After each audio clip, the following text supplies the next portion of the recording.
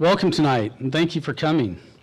Before I begin tonight's State of the City address, I would like to introduce a number of special guests that are joining us here tonight. We have representing U.S. Senator Harry Reid is Robert Elliott. There he is. Thank you for coming. Representing U.S. Senator Dean Heller is Brittany Sandler. And representing U.S. Congressman Joe Heck is Marco Valera. And did I leave anybody out from our congressional delegates? Prior to continuing, on behalf of the City of Boulder City, I want to express our sincere gratitude to our legislators for support of H.R. 470, the Hoover Power Allocation Act. Go ahead. That's big news for Boulder City. The passage of this bill was crucial to the citizens of Boulder City, enabling our residents to receive power from Hoover Dam for another 55 years. I think Mr. Shamwell's out here tonight, and I know that was one of the things when he left we were worried about. We are grateful for your support in ensuring our city's best interests are represented, so thank you very much. Also tonight we have Nevada State Senator Joe Hardy. The ever popular Mr. Joe Hardy. We also have our Assemblyman Crescent Hardy. There he is in the back. Thank you for coming out. Clark County Commissioner Mary Beth Scow.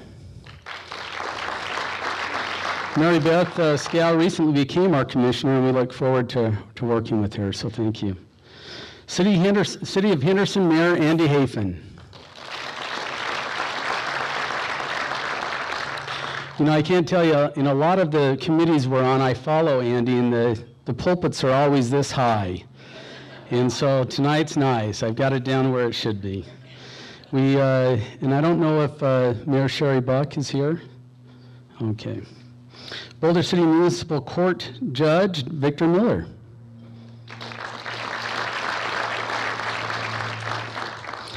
And we also have District 12 Regent and former Boulder City Council member Dr. Andrea Anderson. Where is she? There she is. I was fortunate to be able to serve 6 years on the council with Andrea. And we also have former Clark County Commissioner Bruce Woodbury.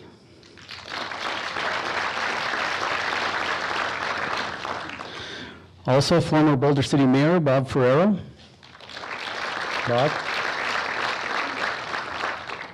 Bob seems to enjoy these a lot more nowadays. Regional Transportation Committee General Manager Jacob Snow. And representing the National Park Service, Roxanne Day. Representing the Southern Nevada Water Authority is Kathy Flanagan.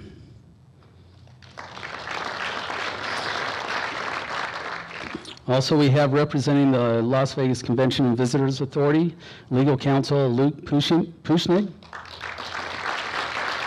Senior Manager of Public Affairs, Jeremy Handel.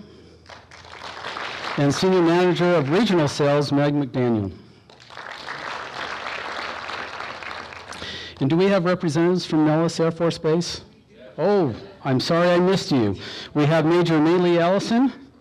Thank you, and Vice Commander Carol Yanarella. Sorry about that. Thank you for coming out. Also, we have, as part of our commissions and committees, we have Charter Commission Chairman Vern Burke. Parks and Recreation Commission Chair Kara Lellis. And Civil Service Chairman Marion Vince.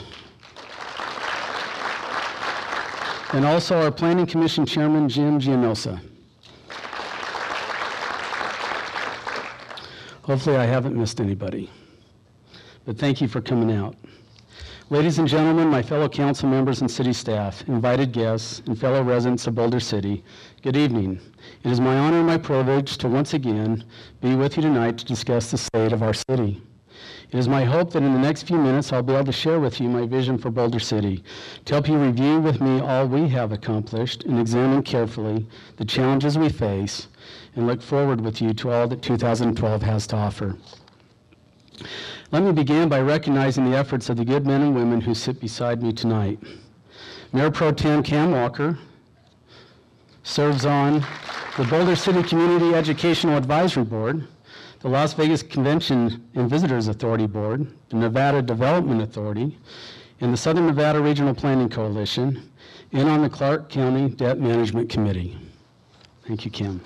Council member Peggy Levitt serves on the Friends of the Art Board. We can clap for her. The Nevada League of Cities Board of Directors, the Nevada League of Cities Legislative Committee, and Southern Nevada Criminal Justice Advisory Council, and the Workforce Connections Board. So thank you. I think Cam had all the, Councilman Walker had most of these in the prior year, and thankfully, Councilmember Levitt has helped him out this year. Councilmember Duncan McCoy serves on the Nevada League of Cities Board of Directors,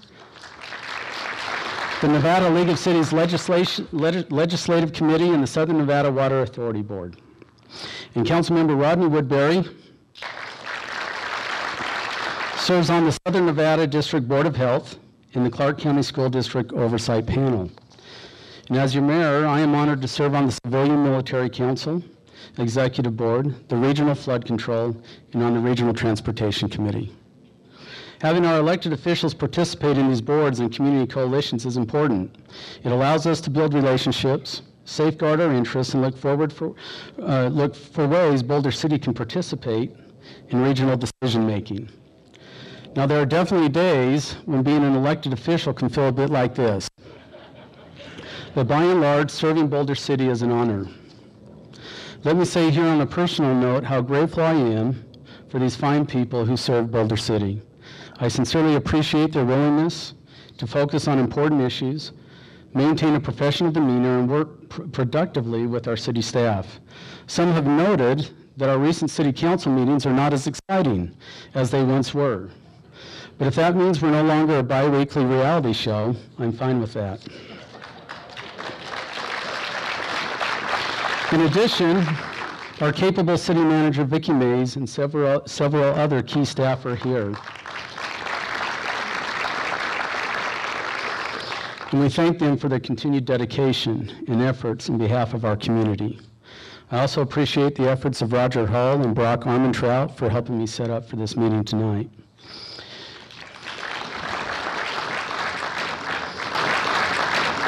As we meet tonight, I am pleased that there is much to report in the way of success. The last few years have been difficult ones, but the work we've done during this difficult time, however, has strengthened us and prepared us to take advantage of some great opportunities. I hope to briefly revisit with you our successes and those things that remain on our list of things to do in 2012.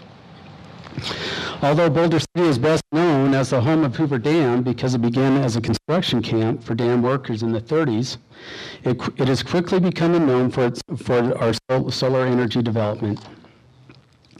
Boulder City is different from many communities because although its population is small, it is large geographically. Because of its large land holdings and because of its commitment to being clean and green, Boulder City is now being recognized on the map as a home for solar energy development. The area within the red boundary is about 185,000 acres of city-owned land. Much of the area has been set aside for multi-species conservation easement, but some area has been reserved for recreation and solar energy development. The areas set aside for solar energy development are shown in color. Nevada Solar One is a 65 megawatts concentrated solar trough facility currently in operation. Both Copper Mountain Solar and Nevada Solar One have expansions planned. Nevada Solar One has 95 megawatts planned on just south of its current site. Boulder City has over 120 megawatts of solar energy facilities in operation today, and over 1,400 megawatts are in various planning stages. Copper Mountain Solar One is a 58 megawatts photovoltaic solar facility constructed and operated on property leased from the city. Copper Mountain Solar 2, a new phase in their development, began construction this month. The first phase of a 150 megawatts facility will begin operation in spring of next year. Copper Mountain also has another 887 acres under lease called the Copper Mountain 3. This will be used to construct a 120 megawatt facility. Construction for this project will begin in the following year. In December of 2010, the city entered into a lease agreement with Techrin Solar to develop a 300 megawatt facility on 2,200 acres of land. The city also entered into a lease with Comipo for the lease of 1,500 acres of land south of the Techrin site. This will also be a photovoltaic solar facility. The city is close to finalizing negotiations with Comipo for another 900-acre site in the original town site adjacent to the city's wastewater treatment plant. When all these projects are fully built, the city will have over 8,000 acres of land under lease for solar development, which will produce about 1,400 megawatts of solar power. The city is very proud of its progress in the energy zone, and in the effort to highlight this progress, it has set aside land for UNLV to develop a solar energy demonstration. The benefit to Boulder City is that these leaseholds generate significant revenue. These developments are also perfect partners for our small town in that they utilize green technologies and have little demand on city resources. So they only impact the quality of life in our community in a positive way. Boulder City is very pleased to work with Nevada Solar One and Copper Mountain, or Sempra. Both of these companies have been excellent community partners in every way. So what does this all mean to Boulder City in dollars and cents? As this table demonstrates, the energy zone will continue to be an invaluable asset to the city. It will allow us to carry out our financial plan, which includes eliminating our debt, restoring capital reserves and stabilizing other city funds, rebuilding our ending fund balance, and stabilizing our revenue stream for many years to come. Our solar lease revenue has helped us maintain our levels of city services and programs during a very difficult financial time. But there are other benefits as well. The development of the energy zone will provide between 2,000 and 3,000 construction jobs for the local economy at a time when those positions are desperately needed. The revenues from the development of the energy zone will be instrumental in getting our city budget back on track and helping to cover rising infrastructure, maintenance, and replacement costs without raising rates. Another success story this year has been the widening of US 93 through the Hemingway Valley. It was just a year ago, we were seeing pictures like this of the traffic in that area. In December of 2010, we held a joint press conference with the RTC, with Jacob Snow, to bring attention to this problem. And I am pleased to report that our continued efforts to work with NDOT have been successful. This past year, US 93 was widened by 2 lanes from Buchanan to Hacienda Hotel. This short-term solution has brought some relief.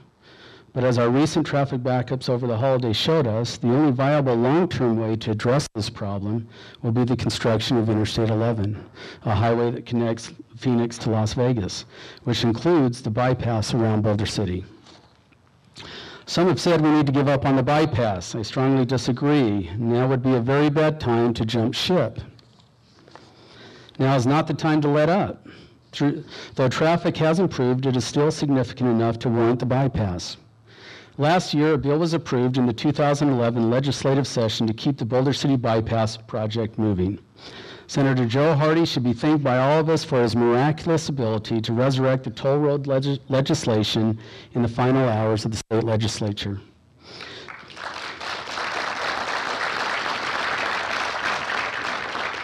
The bill gave the RTC the ability to pursue public-private partnerships and tolling for the Boulder City Bypass. NDOT will continue with Phase 1 of the bypass, with the RTC working on Phase 2, which is US 95 to the Hoover Dam Bypass Bridge. The RTC is in the process of identifying the appropriate partnership for developing Phase 2 of the Boulder City Bypass. The RTC issued a request for proposals for consulting services to help with the engineering and financial analysis necessary to implement the project. 5 firms responded to the RFP. The successful firm will assist with traffic study updates, toll and revenue studies, right-of-way setting, surveying, cost estimates, and other work that may need to be completed before a public-private partnership can be finalized. The contract with the consultant is expected to be awarded in the spring of this year. Once that firm is brought on board, the RTC will work with the consultant to study the most effective project delivery method. That can mean tolling and/or a variety of other ways that public-private partnerships could benefit the project.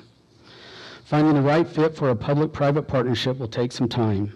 The RTC knows how important this project is to Boulder City, and they are committed to finding the right partner to help build it.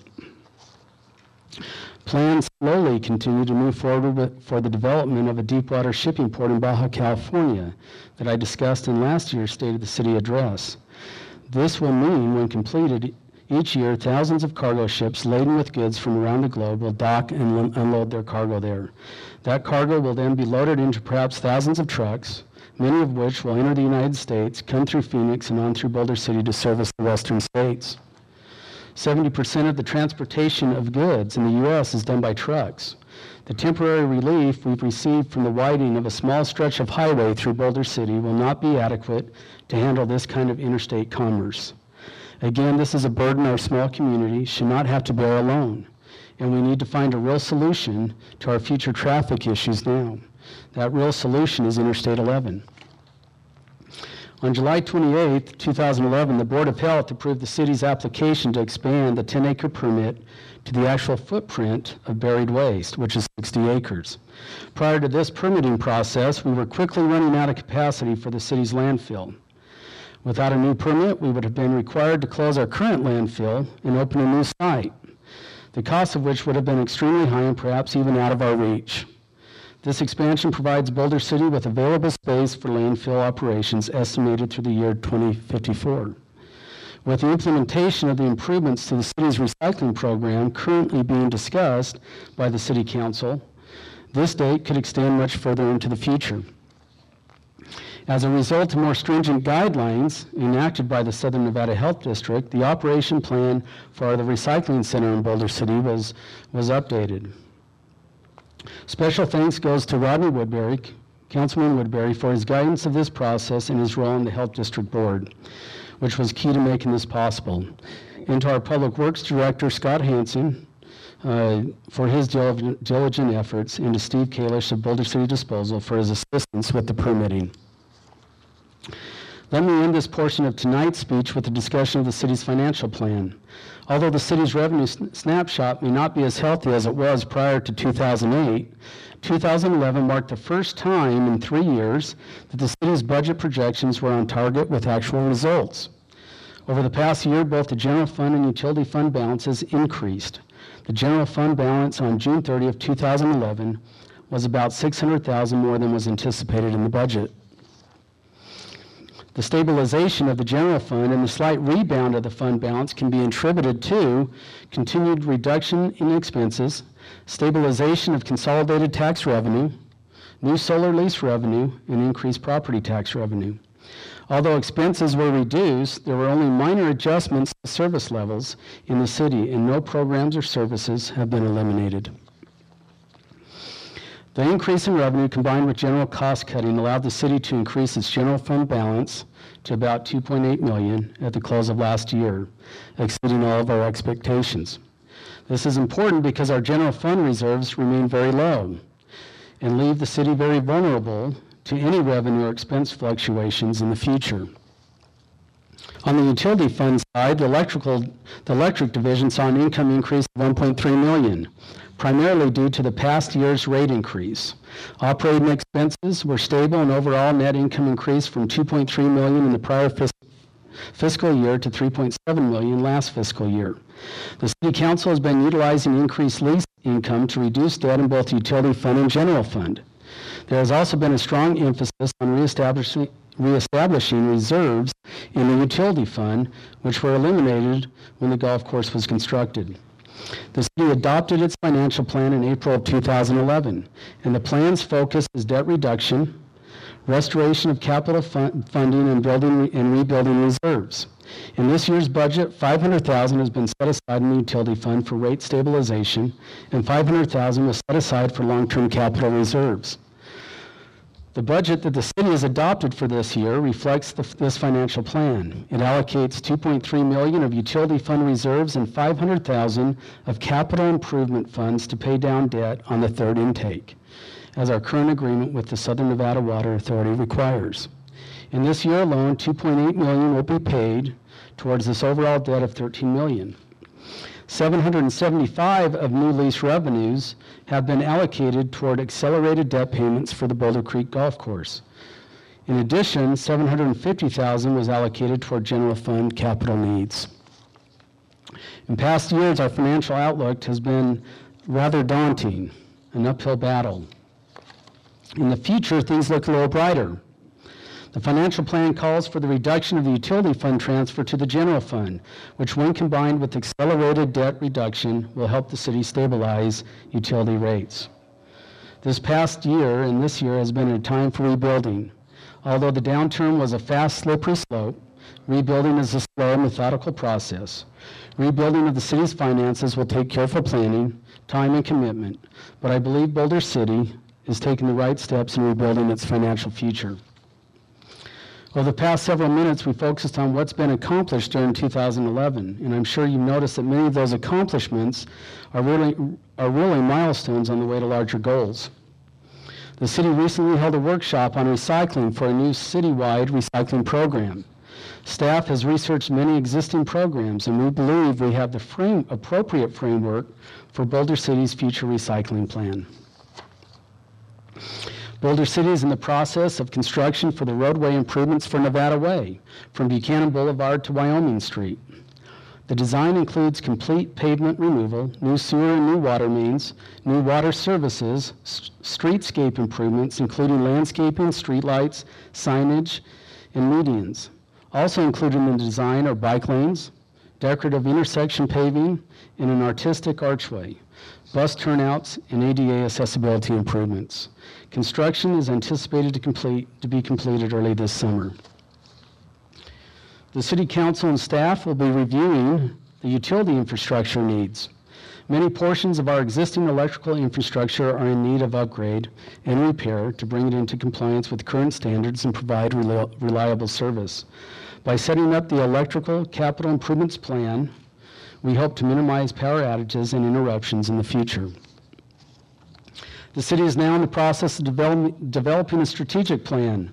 Some of you may be getting calls to participate in a survey used as research in that strategic planning process. We hope you will respond when contacted so we can get an accurate picture of what your priorities are for the future.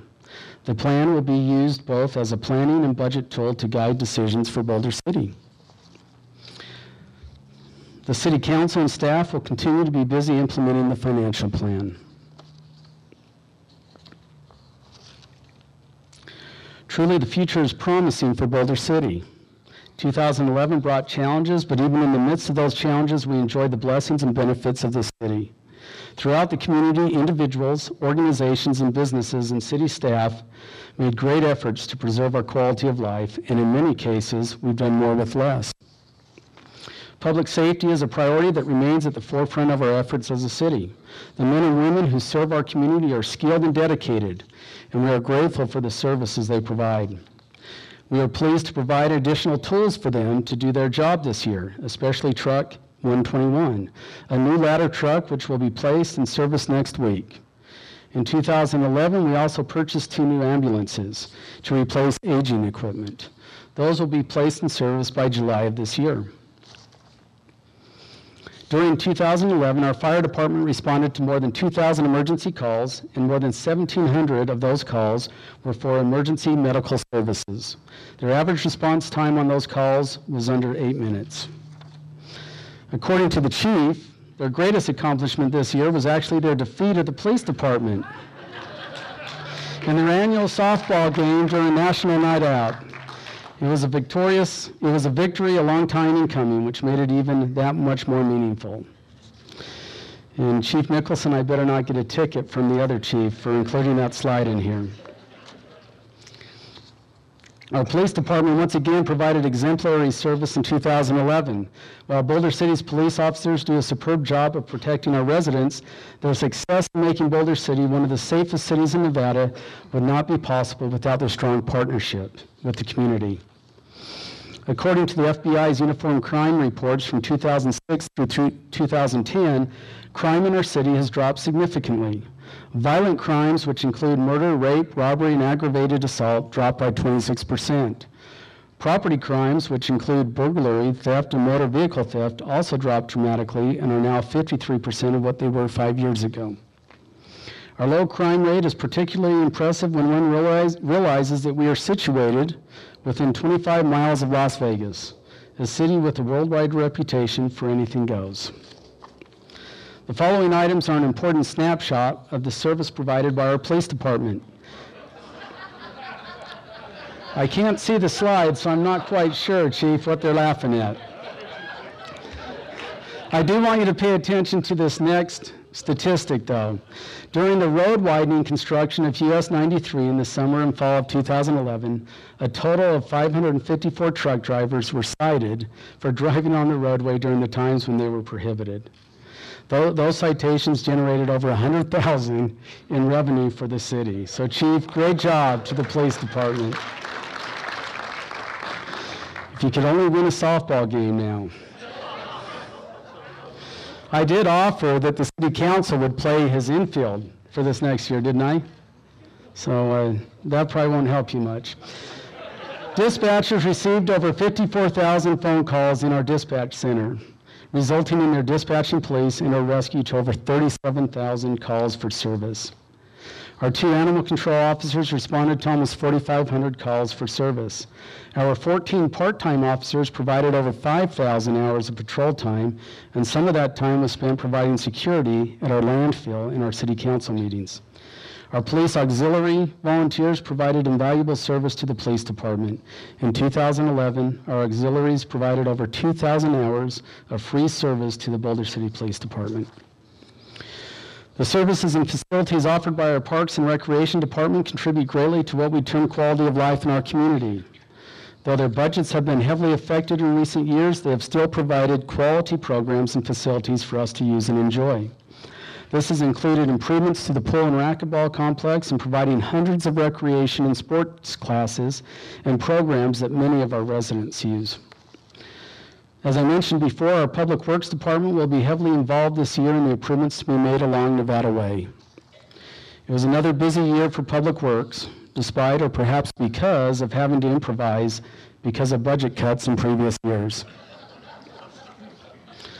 Other public works projects have included replacement of the water service lateral at Lake Mountain Estates, a remodel of the garage at the LA Department and Water Building, remodeling and upgrading of the Utility Department office and City Hall, upgrades to the water lines and monitoring systems that serve the energy zone, the installation of restrooms at the Bicentennial Park, construction of a new flood control facility, the Yucca Outfall, and rehabilitation of the city's west water tank. Our airport received funding for the reconstruction of the north-south runway and will take place later this year. This funding will also be used to rehabilitate the pavement between the hangars. Finally, the airport will be completing an update to the airport layout plan, a document that will guide the future operation and development of the airport. The airport continues to be self-supporting through revenues generated at the field, meaning no general fund dollars are spent at the airport. As you can see, we've continued to work hard to provide everything we can for our residents. As we can afford to make them, more changes will come. Our goal is to provide an attractive, efficient business corridor through the city that serves our residents and welcomes our guests. Having a healthy business climate in Boulder City provides services and goods to the community, and also utility revenues that help keep costs low for everybody. In conclusion, I'm grateful for the change we see on the horizon. I hope you are too. Things have been difficult. This has been a difficult few years, and we're continuing in difficult economic times. It has required the best in all of us to meet the challenges of a struggling economy. I'm grateful for the hard work and dedication of so many people who have tightened their belts and done more with less. There are still many challenges to be addressed, but I truly believe they can be overcome if we continue to work together and be prudent in our decisions. My friends, this is a wonderful place. I spoke recently with a friend who moved from Boulder City last year, and he told me how difficult it has been for his family to leave a community like ours. From schools where people care about our children and grandchildren, to businesses that provide a special touch, to community events and celebrations, to the beauty of the land that surrounds us, this is a special place. To my friend and to all of us who live here, this is more than a small town on the map. It is truly a community, a place where good people give of themselves and work together to create a quality of life we love. As your mayor and as city council, we thank you for your continued support and participation. It is an honor for us to serve you, and we acknowledge the trust that you've placed in us. It is my hope that we'll continue to work together and focus on those most important things that make this city great for us and for future generations. Once again, I want to especially thank Vicki Mays and the city staff for the hard work that they do. They're very committed to our community and they work very hard for us. And also for my fellow council members who do a wonderful job. Thank you.